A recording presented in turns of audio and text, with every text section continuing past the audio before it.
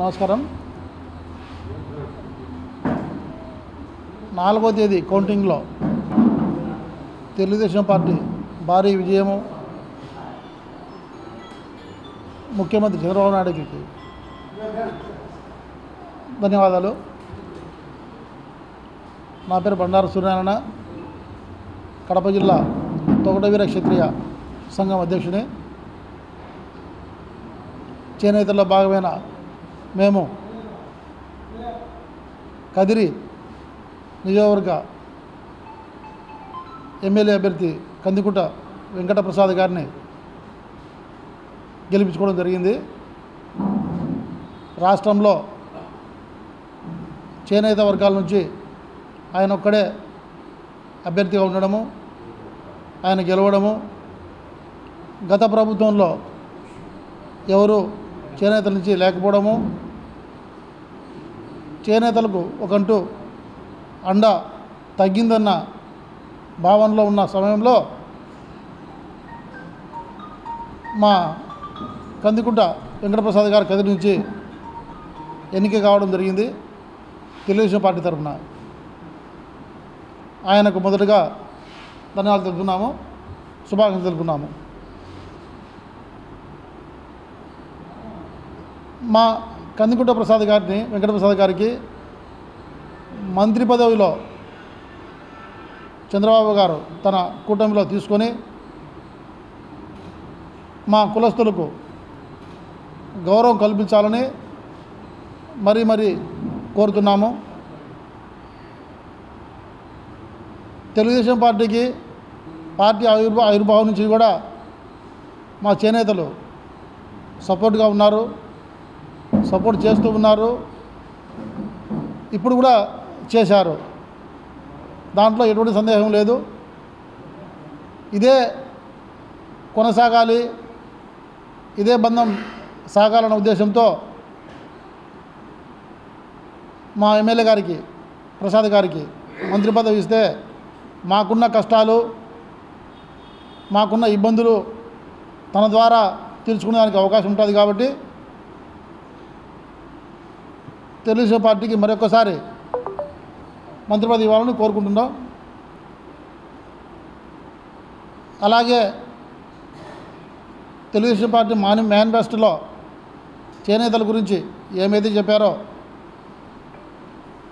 చేనేత మగ్గానికి 200 యూనిట్లు current free అని, చిన్న మగ్గం పౌర్ణ మగ్గానికి 500 యూనిట్లు కరెంటు ఫ్రీ అని, అది తొందరగా మాకు అమలు చేసి పేదోడికి ధైర్యాన్ని పెంచిన జెండా, పెద్దాయన మనకిచ్చిన పసుపు జెండా. చేనేతలకు చంద్రన్నే మన అందరి అండాదండ, చైతన్యం లోకేశుడు గుండెల నిండా. ఆదుకోవాలని కమ్ముకున్న నల్ల మబ్బులు చీల్చా కథన రంగంలో దూకినారు కార్యకర్తలు. సైకో పాలనకు చరమ గీతం పాడా, చలో సైకిల్ ఎక్కి సమరానికి కదులుతున్నాడు. ఆడెవ్వడు ఈడెవ్వడు అడుగైరా తమ్ముడు, తెలుగుదేశమే మనకు తల్లి ఎల్లప్పుడు. ఇప్పుడు కాకుంటే ధర్మ యుద్ధం ఇంకెప్పుడు, రుద్రుడిలా రౌద్రానికి ఉద్ధృతం తప్పదు. పేదోడికి ధైర్యాన్నే పెంచిన జెండా, పెద్దాయన మనకిచ్చిన పసుపు జెండా. చంద్రన్నే మన అందరి అండాదండ, చైతన్యం లోకేశుడు గుండెల నిండా.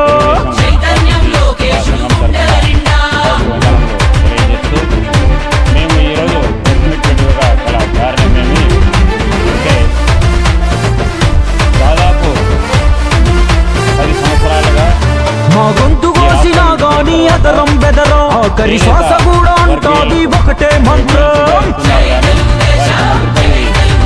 ఎన్ని సంక్షోభాలెదురైనా చదరం ఆ తారక రాముడు మాలో నాటెను రుదిరం. మా నెత్తురు వర్ణం చూస్తే పసుపు పచ్చరా, మా శక్తిని నిద్దుర లేపిత రచ్చరా. మా నరనరమున నిండి ఉంది నారా స్ఫూర్తి, మము నడిపించే బలమే ఆ సేవా నిరతి.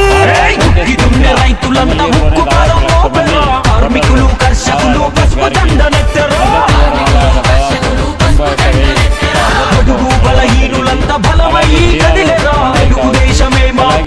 మన కడప జిల్లాకు వస్తే ప్రొద్దుటూరు కావచ్చు దాదాపు 65,000 పైచులకు ఓట్లు వ్యూవర్స్ ఉన్నాయి. అలాగే జమ్మలమడుగు 50,000 పైచులకు ఉన్నాయి. నందమూరి బాలకృష్ణ గెలిచిన హిందూపూర్లో కూడా 30,000 పైచులకు ఓట్లు ఉన్నాయి. సో కాబట్టి ఇదన్నీ దృష్టిలో పెట్టుకొని చేనేత వర్గులకు న్యాయం చేయాలని మేము కోరుతున్నాము. అలాగే ఆ మంత్రివర్గంలో ఇంతవరకు కూడా చేనేత వర్గానికి సంబంధించి చేనేతకు సంబంధించి మంత్రివర్గాన్ని కేటాయించలేదు.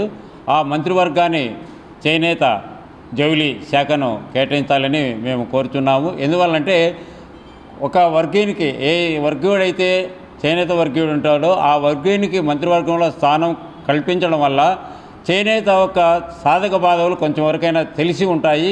ఆ సాధక బాధలు తీరేదానికి అవకాశం ఏర్పడుతుందని కూడా ఈ సందర్భంగా తెలియజేస్తున్నాను. ఇక పోతే కందికుంట వెంకటప్రసాద్ కొత్త కాదు, ఎందుకంటే ఇంతకుముందు కూడా ఆయన ఎమ్మెల్యేగా గెలిచాడు. ఇది రెండోసారి గెలిచారు. ఒకసారి ఇండిపెండెంట్గా కూడా ఆయన పోటీ చేసి స్వల్ప మెజార్టీతో ఓడిపోవడం కూడా జరిగింది. సో కాబట్టి అలా సీనియర్గా కూడా ఆయన ఎలిజిబుల్ క్యాండిడేట్గా ఉన్నాడు. సో కాబట్టి నేను తెలుగుదేశం ప్రభుత్వానికి ఏర్పాటు చేసే చేనేతకు న్యాయం చేయాలని, చేనేత వర్గీయులకు న్యాయం చేయాలని, ఎందుకంటే రాష్ట్ర వ్యాప్తంగా ఉన్న ఈ 30 లక్షల మంది జనాభాకు న్యాయం చేయాలని నేను రిక్వెస్ట్ చేస్తున్నాం మా సంఘం తరఫున. సో ఆ విధంగా ముందుకు పోవాలని మరీ రిక్వెస్ట్ చేస్తున్నాం. ఇక పోతే చేనేత వర్గీయులకు హామీ ఇచ్చినటువంటి అన్ని కార్యక్రమాలు, ఎందుకంటే ఇప్పుడున్న చేనేత నేస్తం కావచ్చు, అలాగే వాళ్ళ మ్యానుఫ్యాక్చర్లో పెట్టిన విధంగా కరెంటు విషయాలు అయితేనేమి, ముద్రా లోన్లు అయితేనేమి, అవన్నీ కూడా కంటిన్యూ చేసి చేనేతను ఆదుకోవాలని, చేనేతనే ఉన్నది. ఎందుకంటే మహాత్మా గాంధీ నుంచి కూడా ఈ దేశంలో మొట్టమొదటిగా వాళ్ళు చెప్పేది ఏమంటే వ్యవసాయం తర్వాత చేనేతే అని అంటున్నారు. సో కాబట్టి దేశవ్యాప్తంగా 2వ స్థానంలో ఉన్న ఈ చేనేతను ఆదుకోవాలంటే చేనేత వర్గీయునికి మంత్రివర్గంలో స్థానం కల్పించాలని మరోసారి రిక్వెస్ట్ చేస్తూ ఇక్కడ వచ్చిన మిత్రులకు, మీడియా మిత్రులకు అందరికీ మరోసారి ధన్యవాదాలు తెలుపుకుంటూ సెలవు తీసుకున్నాను. నమస్తే.